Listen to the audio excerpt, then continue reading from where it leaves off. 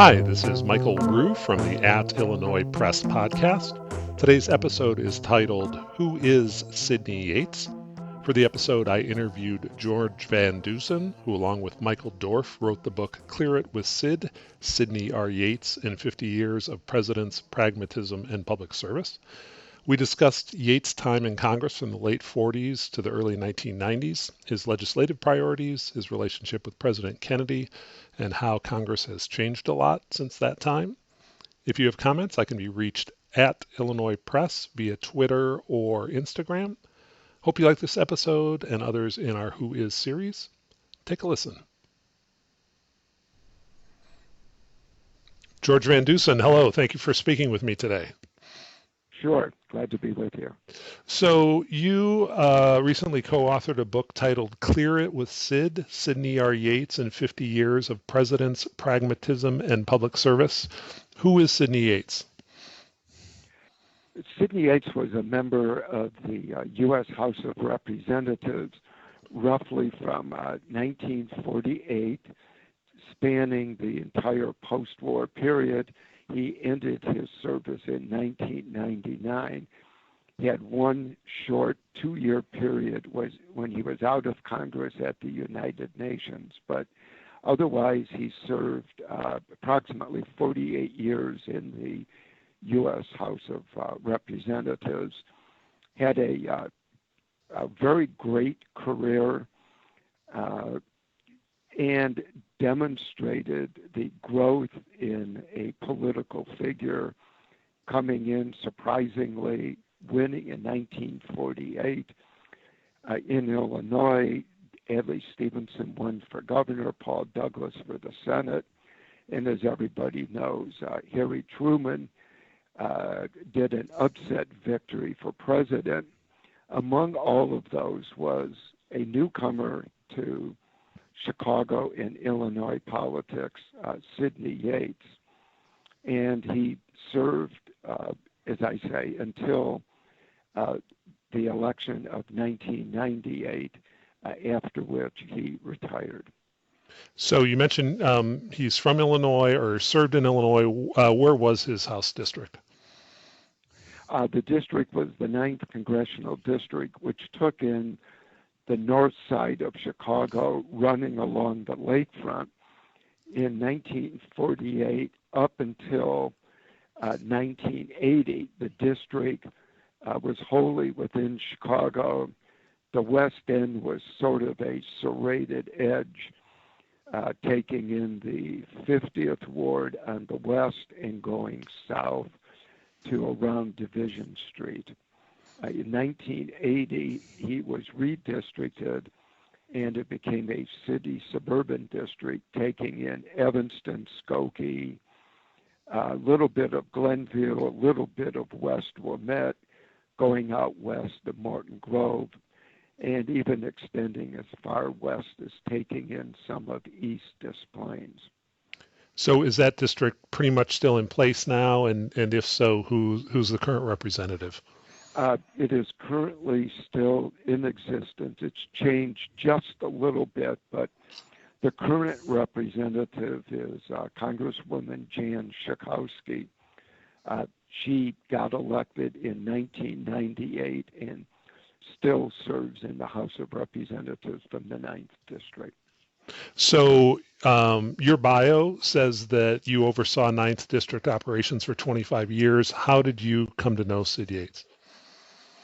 Well, interesting story. I was a graduate student working on my PhD. I had worked for the Eugene McCarthy campaign as a volunteer in Wisconsin. When that campaign ended, everybody knows the story of the 1968 Democratic Convention in Chicago. I returned to grad school full-time and got a flyer inviting me to the opening of the campaign re-election office for Congressman Sidney Yates. I didn't know who Sidney Yates was, but Senator George McGovern was the opening speaker for the re-election campaign, I wanted to meet McGovern. He was a PhD in history and kind of an idol of mine. I had hoped to carve out a career in government and politics for myself and wanted to meet McGovern. I was more impressed with Sidney Yates than I was with anybody else. And after looking into his career, I volunteered for his campaign and got to know him a little bit. Then in 1972, I was hired to be the campaign manager in the evening. I ran his re-election office in the evening. After that campaign ended, Congressman Yates hired me to be on his legislative staff, and I was with him from January of 1973 until his retirement in January of 1999, and remained on the district staff that entire period. So kind of looking back at those years, how did your role change during that time period, if at all? Well, it actually was an innovative approach that he took. In fact, when he hired me, he told me that it was the first time he had wanted somebody who would work with the local units of government, the not-for-profit organizations, and chambers of commerce and organizations like that. He wasn't sure how long the job would last. He said it was an experiment, and at the end of a year, we would get together and talk about the future. 20 years later, on the anniversary of my hiring, he called me and said, I think we ought to have that conversation. And I said, well, it's been a little delayed, but I think I'm with you for the duration now. And we had a nice chat and laugh together. But over those years, the job grew because what we discovered was that the local units of government, whether it was a chamber of commerce, a Kiwanis, in the suburbs, a park district, a library, a city government, would look to the federal government for help, whether it was transportation funding, anti-crime funding, any number of different local projects. And as a result, I got to learn about local government, got to know a lot of the local figures, and grew to enjoy it immensely.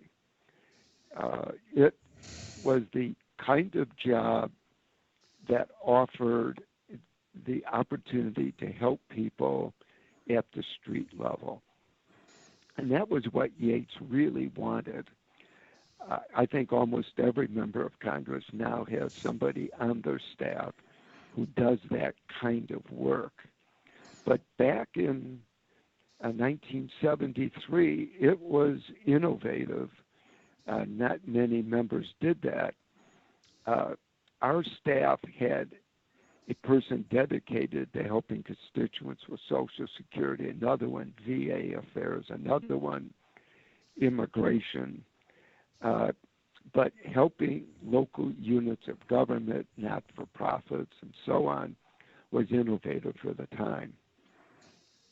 So you had mentioned at the beginning that he served almost continuously for 50 years. Do you think that this sort of street level engagement accounts for that longevity, or were there other things that contributed to it as well? Well, he was a very good, a principled politician.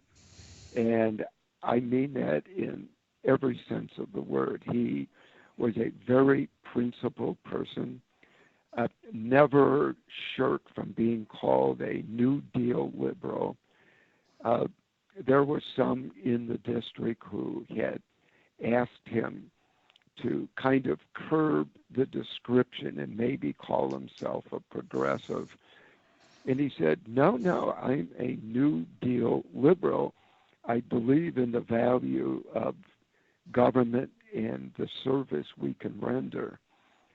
And I think his style, very open, very honest, he sent out, I think Michael and I went to 500 newsletters that he wrote, and they were 500 to 750 word essays that he sent to constituents on a monthly basis. And the essays weren't pomp and circumstance. No, this is what I've done. Pat me on the back for doing this. These were essays on issues before the Congress, and he would explain the issue, why he voted the way he did, and also at times give insight into which members he was consulting with, who spoke on the floor, or at times he would talk about his interaction with presidents, whether it was a meeting with Lyndon Johnson talking about Vietnam, or talking with Jimmy Carter about meetings at Camp David regarding Middle East peace.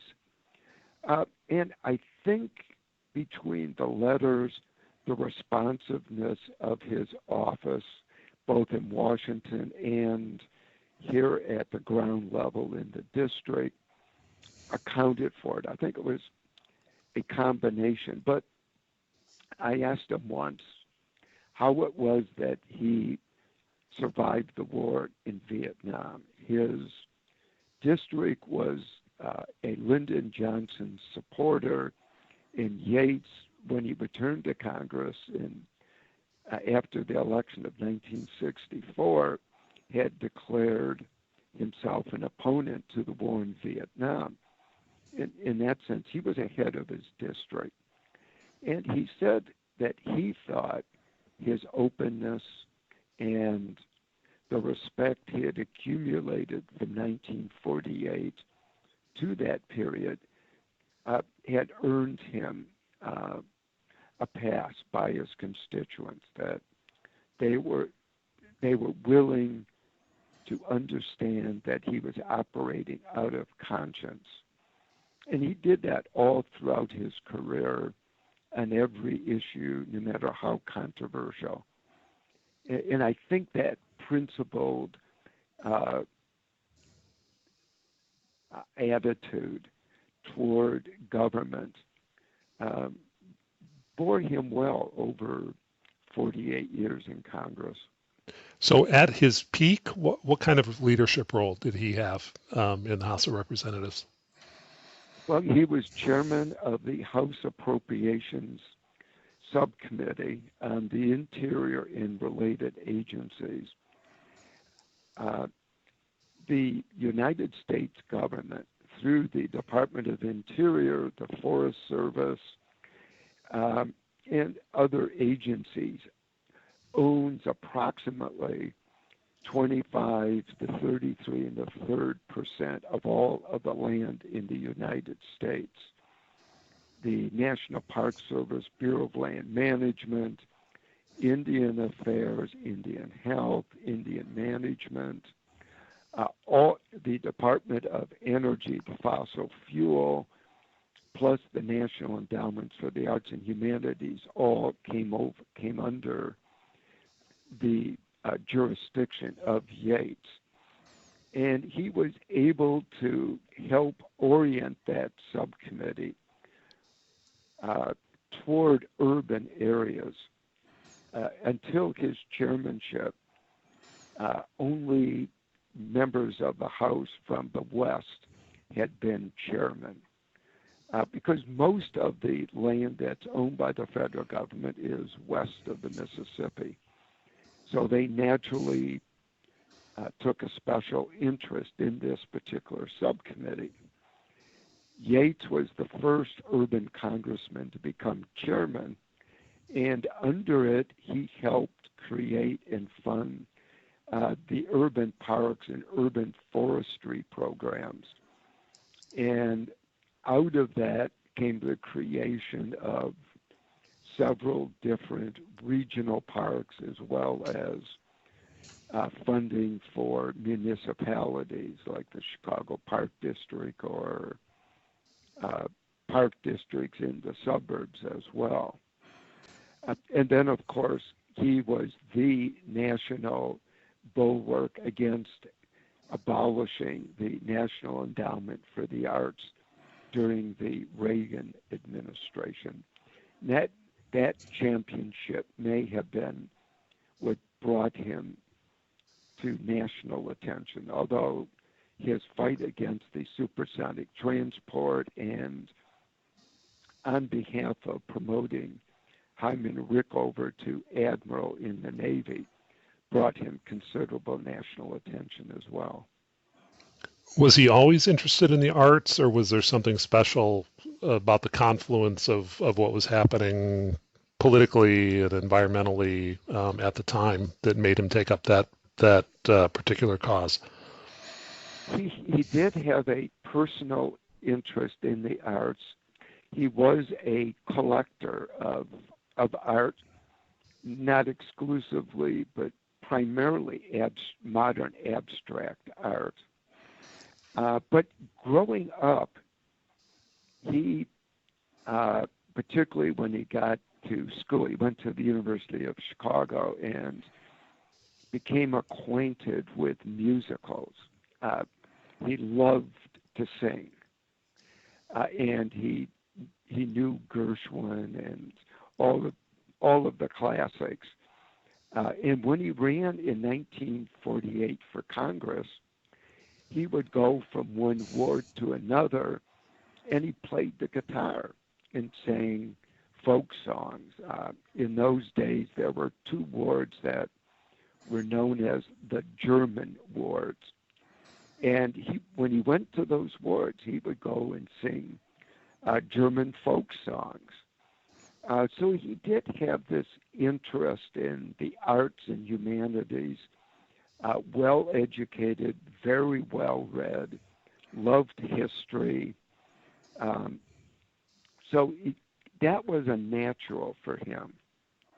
But he also was a leader in the modern environmental movement. Silent Spring had come out in serial form and then book form in the early 1960s. When he returned to the House in 64, he was searching for an issue to champion.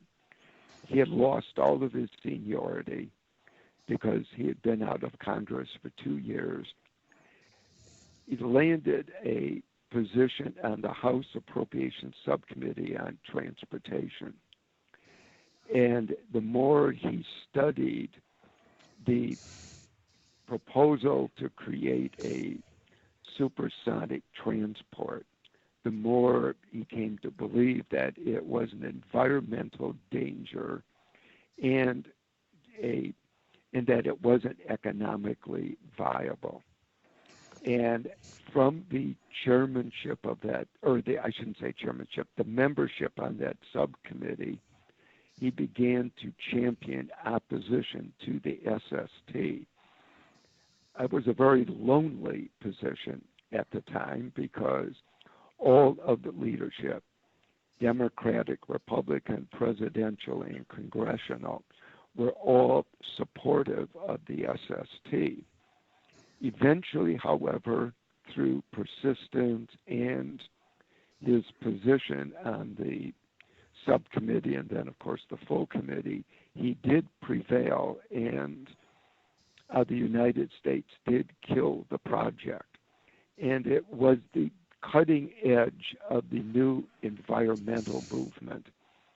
This became the first time that the old conservation organizations like the Sierra Club, Audubon Society, actually took an active interest in opposing a modern technology. Until that time, the conservation clubs had championed the preservation of land use, like the forests, the parks, etc. With Silent Spring and then the SST in Yates' leadership, these organizations began to reorient themselves into environmental groups. And in fact, Yates was the first member of Congress to be endorsed by the Sierra Club for election. So I think that it was a combination of the arts, it was a combination of his belief in preserving the environment, and he was a firm believer in energy conservation. When I first joined the staff, one of my first assignments was to write a report for him on alternate sources of energy. And he became a champion of wind and solar. And this was in the early 1970s. So he was very forward-thinking, and the subcommittee gave him the opportunity to explore these interests, and his skills as a legislator helped him implement these ideas. He and Paul Douglas created the Indiana Dunes National Lakeshore together. And so he was interested in a host of issues that just happened to come under this subcommittee. So if I understand the timeline correctly, he entered Congress when the Republicans were in power, and he exited Congress with the Republicans in power. But for most of the those middle years, that long stretch, the Democrats were in power. How do you think he would have been as a sort of longtime minority House member? He would not have liked it. He was very bipartisan.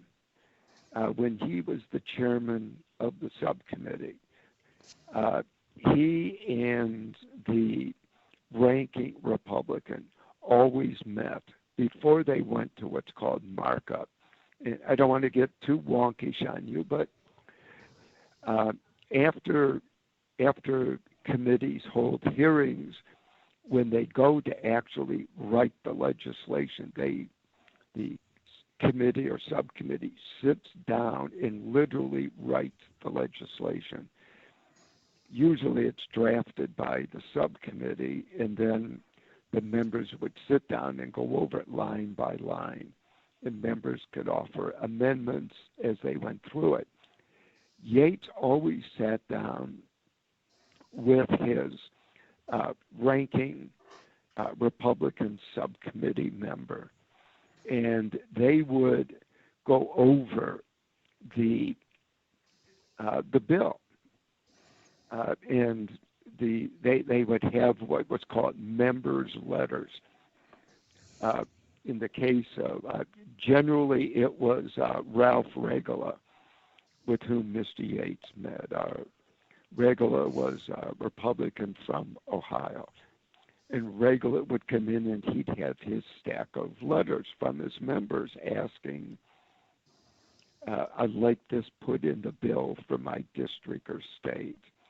Yates would have his letters, and they would meticulously go over the bill and then go over every single letter. And what's the justification for the fish hatchery that the member in North Dakota wants? Has the Fish and Wildlife Service taken a look at it? What do they think? And they would discuss it so that when they went to markup, Yates knew that he would have Republican support, and vice versa. Mr. Regula would support the bill because he had had active participation. That all changed in 1995, not just with the Republicans taking the House, but it also changed because Speaker Gingrich laid down a law. Republicans are not to cooperate in the old fashion. and write these bills in a bipartisan fashion. The bills are to be written exercising the Republican majority. The night of the 1994 election, I was with a group of us, his supporters.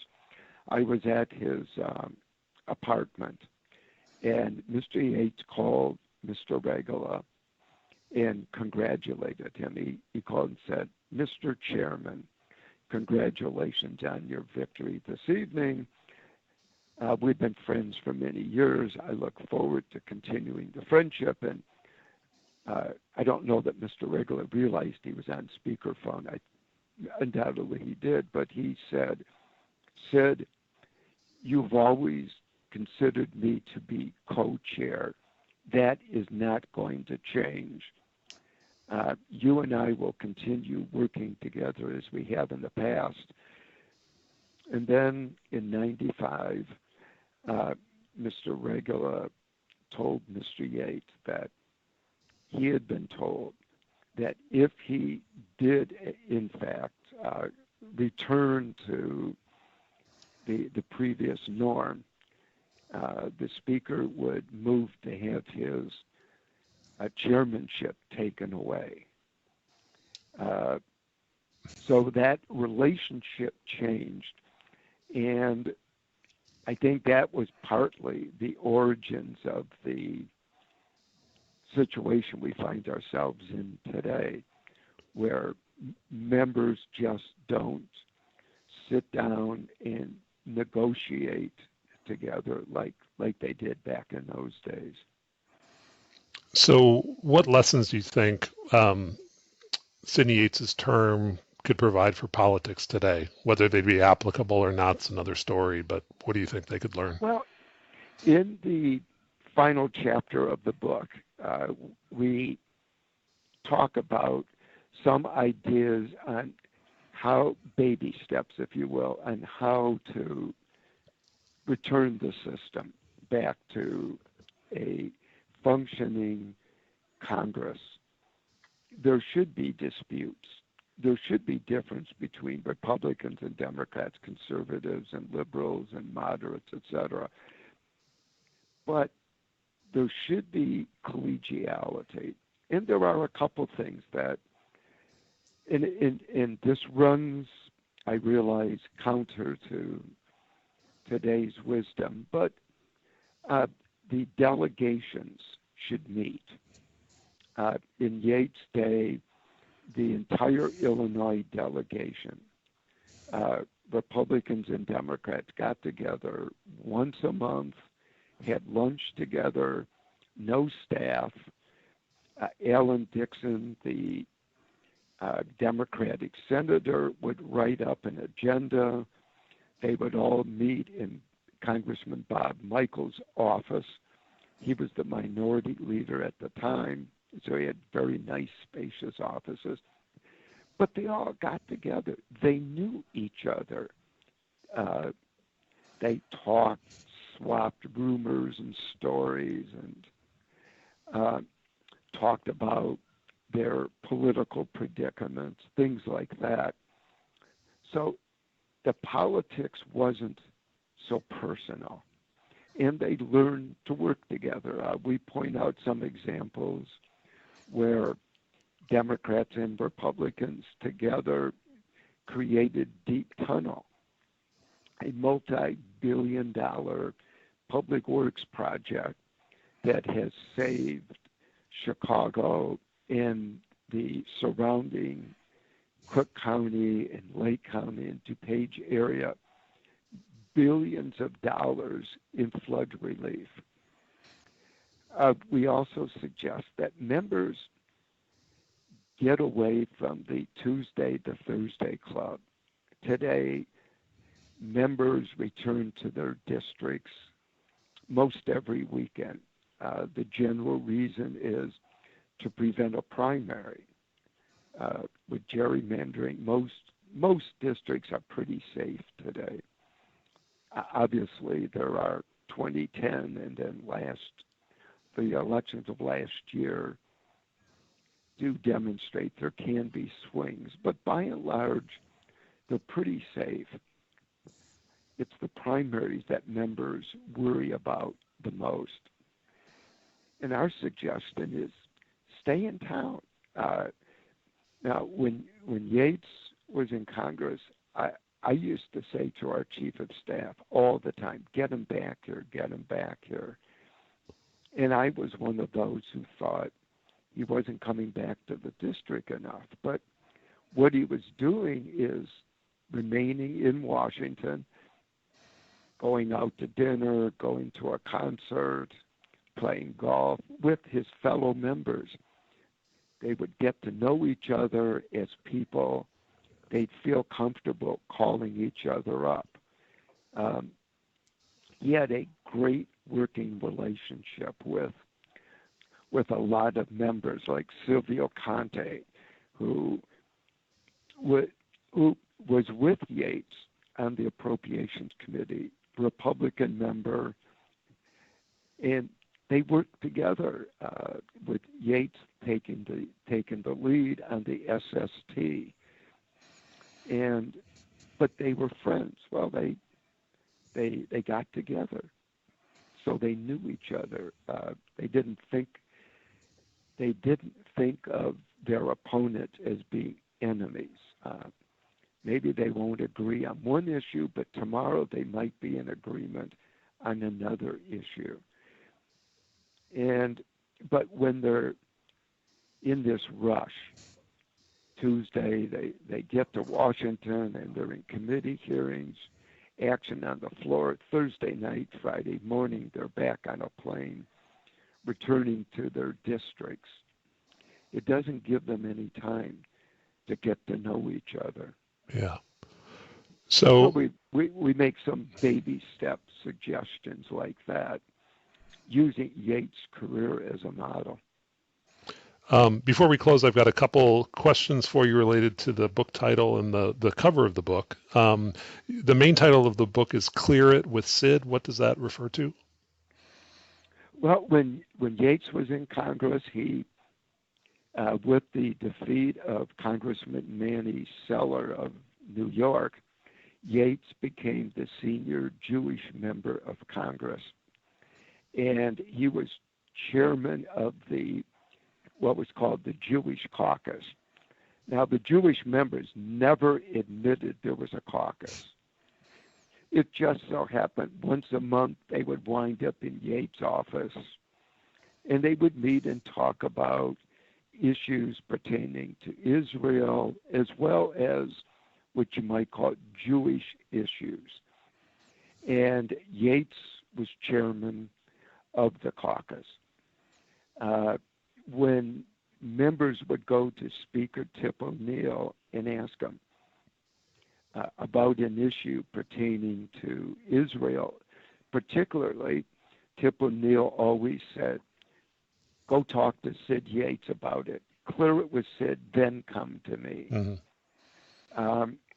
And that was a recognition by Speaker O'Neill and Foley, Congressman Foley, who succeeded O'Neill as Speaker, that you needed to clear it with Sid when it came to issues regarding Israel. And as chairman of the caucus, Yates met with President Ford, President Carter, President Bush, and of course President Clinton on Middle East peace issues particularly. So Clear It with Sid was kind of a recognition of that. And then the book cover features an image of Congressman Yates with President Kennedy. Is there a story behind that photograph? Yes. The photo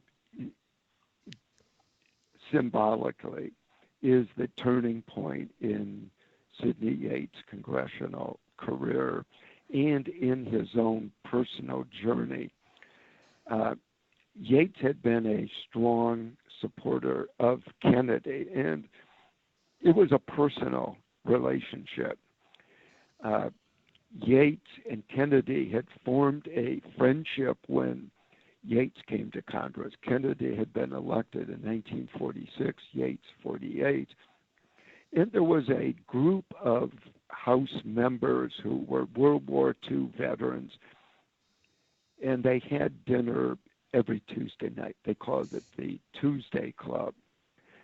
And they got to know each other and learned to work with each other. They were all freshmen or sophomores in the House and trying to learn how to navigate getting something done.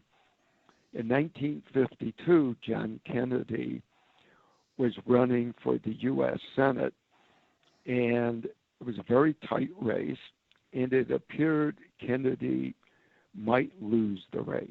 He was running against Henry Cabot Lodge, the Brahmin of Brahmins of Massachusetts politics. Part of the problem Kennedy had was that the Jews of Massachusetts looked upon him with a very leery eye. His father had been known as an anti-Semite, and at least early on had looked favorably upon Adolf Hitler. Kennedy asked Yates if he would campaign for him, if he would endorse his reelection and help him with the Jewish constituency in Massachusetts. Yates did. Kennedy won the election by 75,000 votes. Very close election, within a percentage point. You could argue that Yates' support of Kennedy helped push him across the goal line.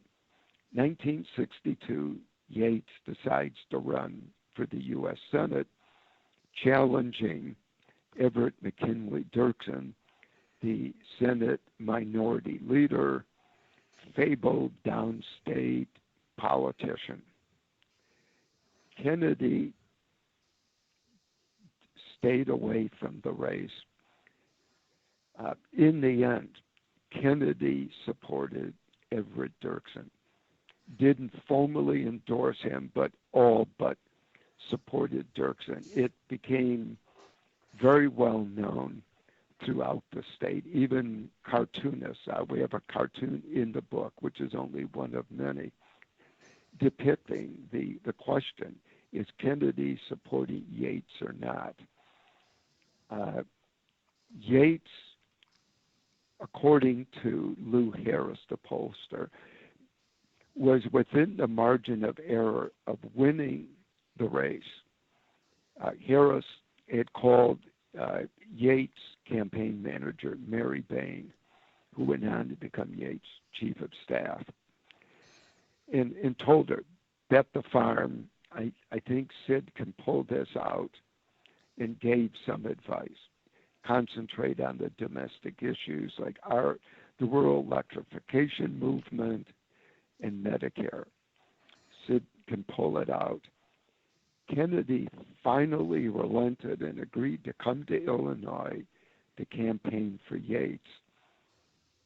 Came down with that famous head cold, which actually was the Cuban Missile Crisis. Mm-hmm.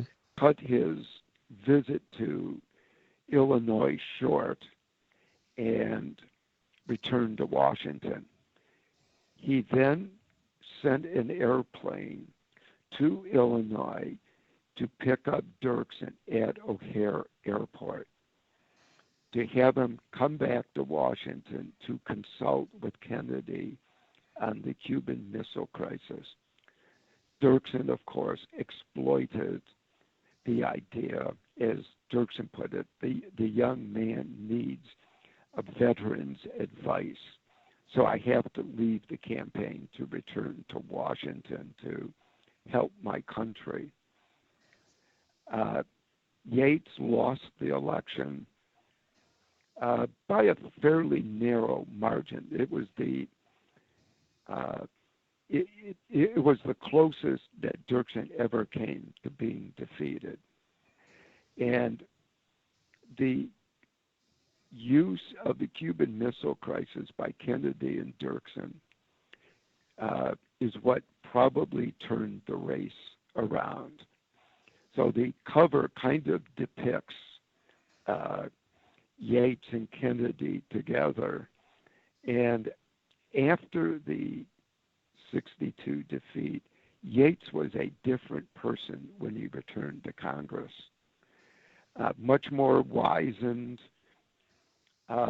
He was still an idealist, but a much wiser idealist. Did not trust others quite as much as he had before. And he realized that when you do a favor, you ask in return for a favor. So he became a much better politician. And of course, he never forgave John Kennedy for betraying him. So I think that's a good place to close.